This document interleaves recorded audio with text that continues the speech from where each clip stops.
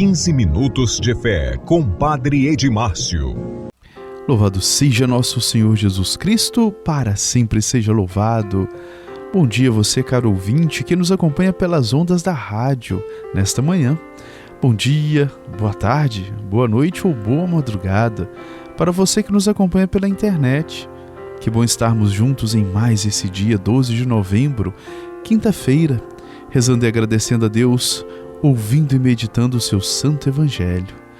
No trecho do evangelho de hoje, Jesus nos alerta que o reino de Deus não é um lugar físico, nem pode ser localizado, mas é uma construção diária do homem de fé. Hoje conheceremos um pouco da vida de São Josafá. Hoje nós comemoramos e rezamos pelos diretores da escola no seu dia. Entre os acontecimentos marcantes que recordamos, em 1823, Dom Pedro I dissolvia a Assembleia Constituinte e prendia José Bonifácio. Em 1864, o Paraguai declarava guerra ao Brasil. E em 1906, Santos Dumont fazia seu primeiro voo bem-sucedido e ganhava o título de pai da aviação. Vamos ouvir o Santo Evangelho. Evangelho do dia. O evangelho do dia de hoje é o evangelho de São Lucas, capítulo 17, versículo 20 a 25. O Senhor esteja convosco, Ele está no meio de nós.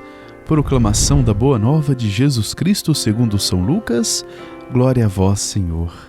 Naquele tempo os fariseus perguntaram a Jesus sobre o momento em que chegaria o reino de Deus. Jesus respondeu: o reino de Deus não vem ostensivamente, nem se poderá dizer está aqui ou está ali, porque o reino de Deus está entre vós.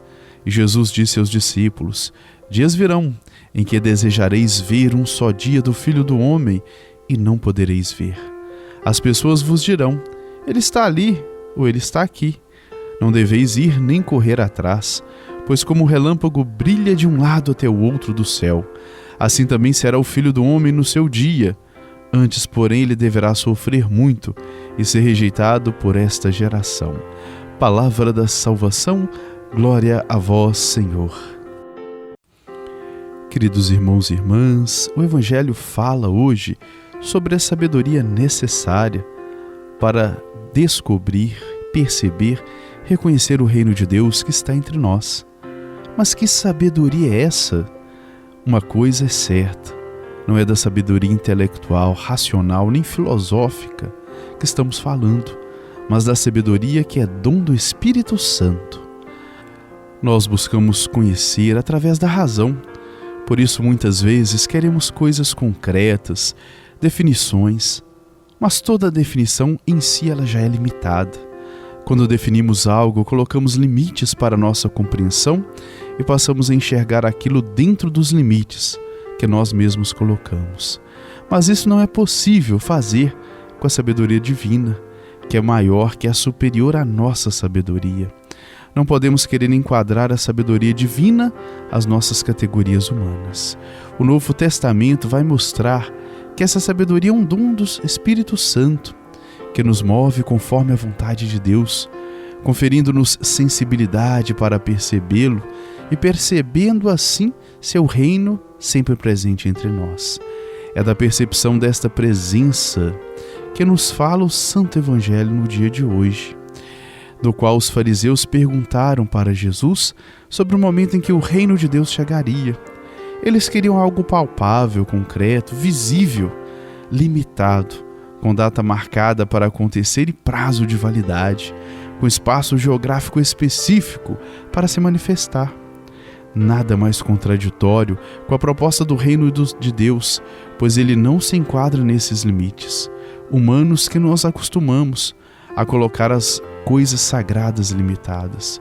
Quando queremos limitar o ilimitado, o que podemos ter é apenas uma visão parcial e podemos nos conformar com aquilo que vemos, limitando também o nosso pensar e agir sobre Deus.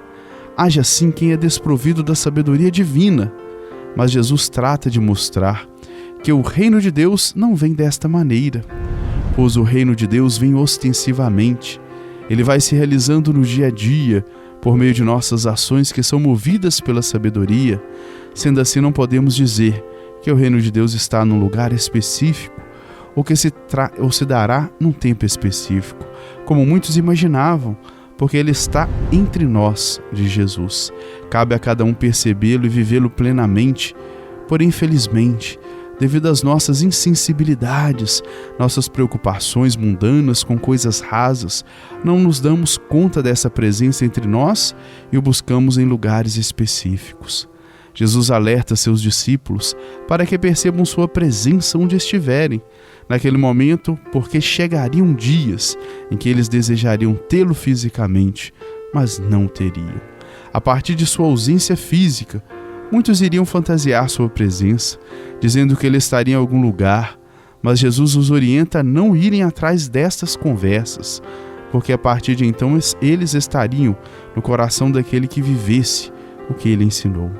Muitos ainda não aprenderam isso e vivem buscando Jesus neste ou naquele lugar, nesta ou naquela pessoa, mas não o encontram verdadeiramente, porque ele se deixa encontrar por quem age com sabedoria.